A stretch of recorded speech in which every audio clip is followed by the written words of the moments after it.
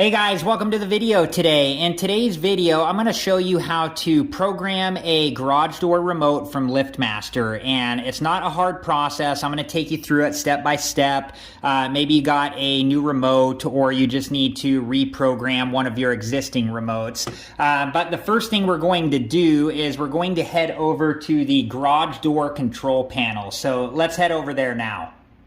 Alright guys, here's my garage door control panel, and yours may look the same or similar or a little bit different, but there should be a door right here, and this door just lifts up like that, and there's some buttons underneath, and there's a button here that says learn. But before we do anything with that learn button, you want to make sure that your neighbors or anybody else around your house is not using their garage door remote.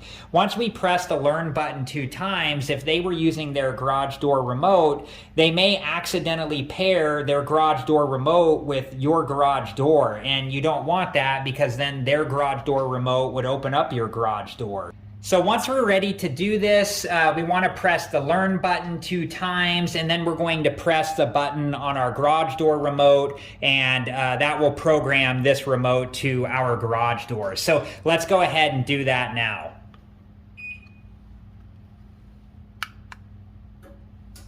And when you do this, the garage door, the light on the front of the garage door motor unit should blink, and you should hear 2 clicks. Let me show you what that looks like.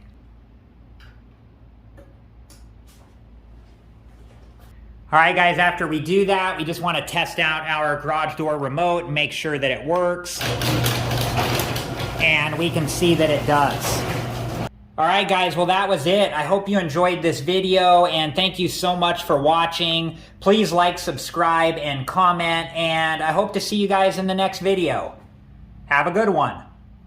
Thank you guys for watching. Please like, subscribe, and comment, and if you have the time, check out these other great videos.